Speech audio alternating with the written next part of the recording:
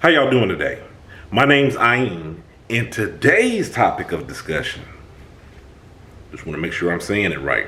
Today's topic of discussion is don't feed doubt. Don't make room for it.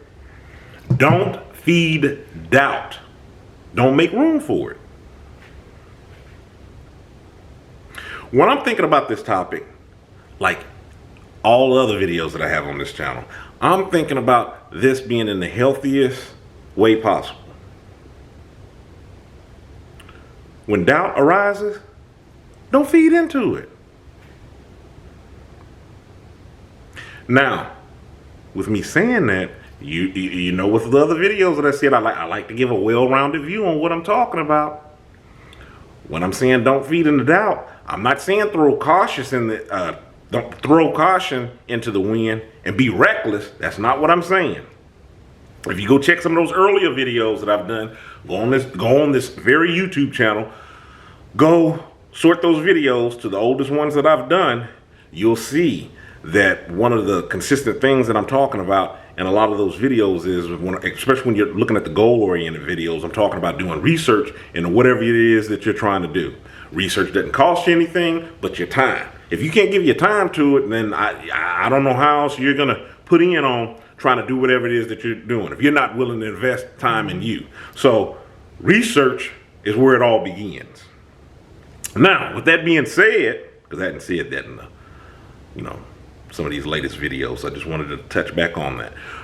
When you do your research upon things, research should remove doubt. Research, when you're researching on whatever it is that you're trying to pursue, when you're researching it, that should be the place where you're removing doubt, because you're seeing obstacles and hurdles ahead of time. And that's where you're in your problem solving phase, where you're trying to look on how to overcome these things or to move around them.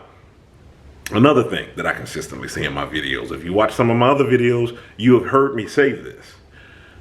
Don't be quick to get so offended off constructive criticism. Keyword constructive.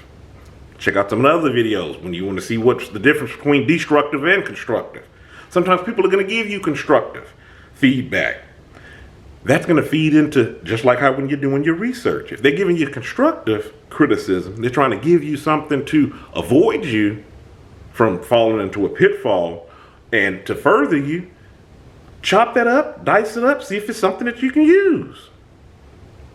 If it's somebody just being, negative, just being the same old, which the people that's in your life, you know which ones that you have that are more of a hindrance with some of the things that they say, and they're ready to take pot shots and jabs at you quicker than anything, opposed to giving you encouragement. So with those people, you use caution.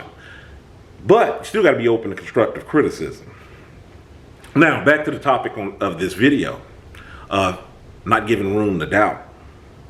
You're your own worst enemy in anything. Before you go pointing the fingers at others, you're your own worst enemy in anything.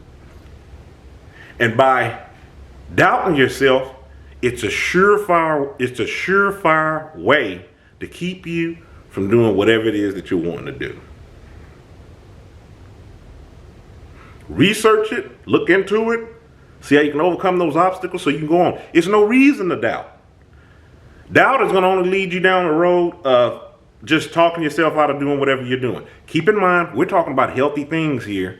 I mean, there are going to be some times when you come up on things where, because I'm not a risk taker myself, you're coming up on things and you're just like, okay, I'm trying to weigh out the benefits of that. That's different. That's different from saying, well, I really don't want to be at a loss for this. So that's the reason why I stress the words healthy and constructive. So you're working towards good things up off in your life, not destructive or being in unhealthy situations. So when you're having doubt as to how to proceed up on something and you're going back and you're gathering your thoughts, I don't really consider that being doubt. You're just using sense. You're analyzing the situation, so that's something different. I'm talking about doubt and, am I going to succeed or fail at doing this? I'm scared about doing this because I might fail. That doubt, that's what I'm talking about. There's no room for it. And every second, every minute that you're giving into thinking about that doubt is time that you're taking away from proceeding on doing whatever it is that you're doing. The minutes, the moments, the hours that you've given over to doubt could have been the same minutes, moments, and hours that you gave over to doing research to overcome the things that you're thinking about, the ways that you could fail. Resilience. That's what you want to work on building. Take that same energy that you have when you're doubting yourself, try to feed it into resilience.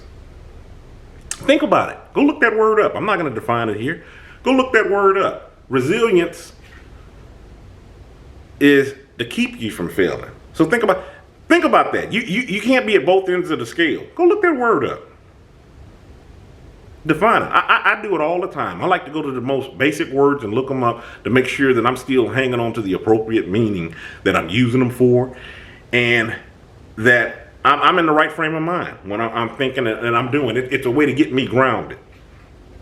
You can't be at both ends of the spectrum.